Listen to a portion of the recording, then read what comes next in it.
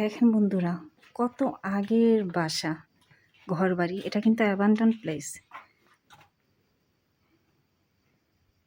ভূতের ভূতের জায়গা।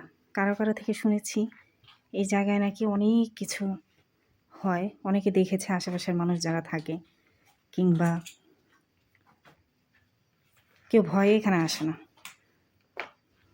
তো আজকে আমি আর আমার আরেক বান্ধবী মিলে এক্সপ্লোর করার জন্য এসেছি। যদিও আমরা দিনের বেলা এসেছি, দিনের বেলাতে ওরকম কোনো কিছুই থাকে না, তারপরে বলা যায় না। তো ভাবলাম আপনাদের সাথে কিছু একটা সময় শেয়ার করি, যেহেতু আমি অনেক দিন ধরেই ইউটিউবে শর্টস দিই।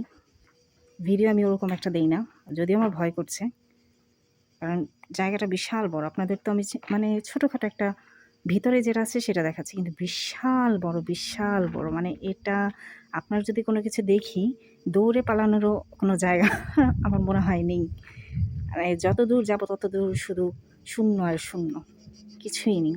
তো দেখেন আপনাদের কাছে কেমন মনে হচ্ছে? একদম ভাই বিশ্বাস করেন, এখানে কোনো মানুষ নেই।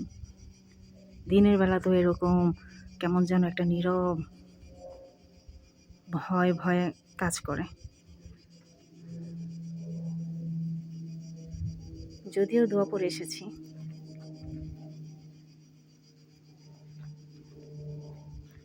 কারণ আমি সবসময় ভাবতাম কোনো কিছু অ্যাবান্ডন কোনো কিছু দেখলে, যে হন্টেড কোনো কিছু দেখলে আমারও ইচ্ছে জাগে যে কখনো যদি এরকম কিছু একটা পাই তাহলে অবশ্যই আপনাদের সাথে শেয়ার করবো। মনে হচ্ছে এটা একটা কূপ।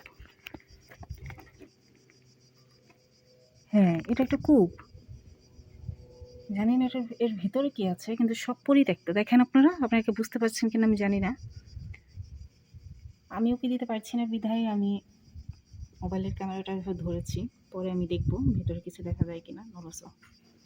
আচ্ছা, যাই হোক, আপনাদের সাথে একটু শেয়ার করি।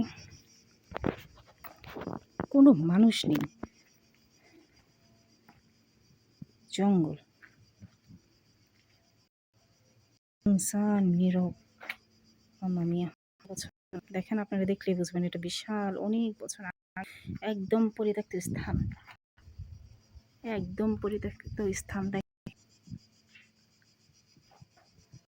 আপনাদের যদি ভালো লাগে তাহলে এরকম কিছু পেলে অন্য সময় আর করবো, আরেকদিন এসে আপনাদের সাথে শেয়ার করবো, কিংবা এরকম আপনার প্লেস পেলে সেখানে যাওয়ার চেষ্টা করব।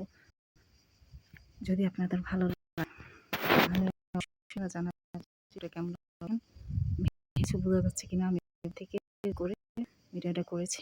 একদম পরিত্যক্ত ভাই, দিনের বেলাতে এরকম শুনসান নীরব। সন্ধ্যা হলো তো আগে মানুষ নেই। কূপটা দেখে আমি আশ্চর্য হয়েছি। আর পরিত্যক্ত বিধায় এটা উপরে অনেক ঢেকে, এটা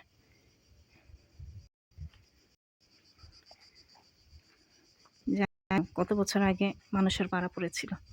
এই হয়তো আমার, যদিও খুব শখের বসে এক্সাইটমেন্ট নিয়ে আমি আমার বান্ধবী আছি। আল্লাহ মাফ করুক। আজ এই পর্যন্তই। আল্লাহ হাফেজ।